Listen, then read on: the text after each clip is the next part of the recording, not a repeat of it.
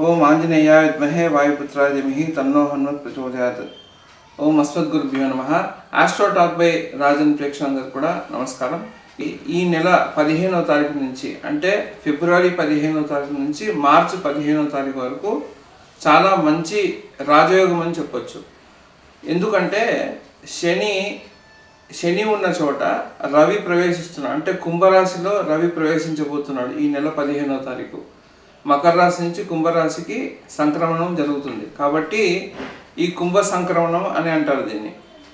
So ఈ కుంభ సంక్రమణం వల్ల ఈ కుంభ సంక్రమణం వల్ల మేషరాశి వారికి, వృషభ రాశి వారికి, తర్వాత మన వృశ్చిక రాశి వారికి, తర్వాత తులారాశి వారికి, వీళ్ళకి చాలా చాలా మంచి అవకాశం అని చెప్పాలి. చాలా లాభాలు అనేవి చేకూరుతాయి ఈ రాశి వారికి. ఎందుకంటే ఈ యొక్క కాంబినేషన్ ఏదైతే ఉందో, రవి శని కాంబినేషన్ ఏదైతే వస్తుందో, యోగం వల్ల వీళ్ళకి రాజయోగం అనేది ఫామ్ అవుతుంది. అంటే రాజయోగము ఫామ్ అవ్వడం అంటే దీని ఫలితం ఎలా ఉంటుందంటే, ఇప్పుడు ఈ రవి శని ఇద్దరు కూడా కలవడం వల్ల వీళ్ళకి ఏంటంటే ప్రాపర్టీ రిలేటెడ్ ఇష్యూస్లో చాలా మంచి లాభాలు జరిగే అవకాశం ఉంటుంది ఒకటి. తర్వాత వాళ్ళకి అనుకోకుండా ధనం కలిసి రావడం ఒకటి.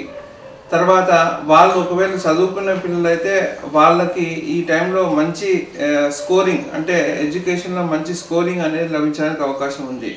ఒకవేళ మీరు వ్యాపారంలో ఉంటే, బిజినెస్లో ఉంటే వాళ్ళకి బిజినెస్లో చాలా ఎక్స్పాన్షన్ జరుగుతుంది, చాలా బాగా కలిసి వచ్చే అవకాశం ఉంది. అట్లా వీళ్ళకందరూ కూడా ఫైనాన్షియల్గా చాలా బెనిఫిషియల్ మంత్ అని చెప్పొచ్చు. అంటే ఈ ఒక నెలనే వీళ్ళకి చాలా లాభాలు అనేవి జరుగుతాయి. దాదాపు ఈ నెలలో ఒకవేళ వాళ్ళు చేసే వృత్తిని బట్టి వాళ్ళ లాభాలు అనేవి ఉంటాయి అన్నమాట. ఇప్పుడు అందరికీ కోట్లు వస్తాయని చెప్పలేము. కాకపోతే వాళ్ళు ఏ వృత్తిలో అయితే ఉన్నారో ఆ వృత్తిలో ఉన్న వారికి మటుకు చాలా మంచి అవకాశం అని చెప్పాలి. అంటే ఒకవేళ బాగా సంపాదించే వృత్తులు ఉంటే మటుకు వాళ్ళకి ఇంకా ఎక్కువ సంపాదన వచ్చే అవకాశం ఉంటుంది. ఒకవేళ రియల్ ఎస్టేట్ వ్యాపారంలో ఉన్న వాళ్ళు అనుకోండి, వాళ్ళకి ఆబ్వియస్గా వాళ్ళకి కొంచెం లాభాలు ఈ సమయంలో ఎక్కువ రావడానికి అవకాశం ఉంటుంది. అట్లాగే ఫిలిం ఇండస్ట్రీలో ఉన్న వాళ్ళు అనుకోండి, వాళ్ళకి ఈ టైంలో చాలా ఎక్కువ అవకాశాలు వచ్చి వాళ్ళకి ఎక్కువ ధనం రావడానికి అవకాశం ఉంది. కాబట్టి ఇది పర్టికులర్గా అందరికీ విపరీతమైన లాభాలు వస్తాయని చెప్పలేము. కాకపోతే వాళ్ళు చేసే వృత్తిలో మటుకు చాలా ఉన్నత స్థితి అనేది వాళ్ళకు లభిస్తుంది. వాళ్ళకి ఈ నెల అనేది చాలా శుభమైన ఫలితాలను వాళ్ళకి ఈ నెల అందించబోతుంది. కాబట్టి ఈ రాశులు, ఇప్పుడు నేను చెప్పిన రాశులు, వృషభ రాశి వాళ్ళు, మేషరాశి వాళ్ళు, తర్వాత వృశ్చిక రాశి వాళ్ళు, తర్వాత తులారాశి వాళ్ళు, వీళ్ళు ఈ నెలలో చాలా అదృష్టవంతులు అని చెప్పాలి. కాబట్టి ఈ నెల మీరు కూడా శ్రద్ధతో ఈ నెలని ఉపయోగించుకోవాల్సిందిగా విజ్ఞప్తి కూడా. ఎందుకంటే మంచిగా ఉన్న సమయం వచ్చినప్పుడు ఏమవుతుందంటే మనం ఏ పని చేసినా కూడా అది సక్సెస్ఫుల్ అవుతుంది. కాబట్టి ఒకవేళ మీరు చాలా రోజుల నుంచి ఏదైనా ఒక పని ఆపుకొని ఉంటే ఈ మంత్లో అది కంప్లీట్ చేసే ప్రయత్నం చేయండి. చాలా చక్కటి ఫలితం అయితే మీకు వస్తుంది. ఓకే.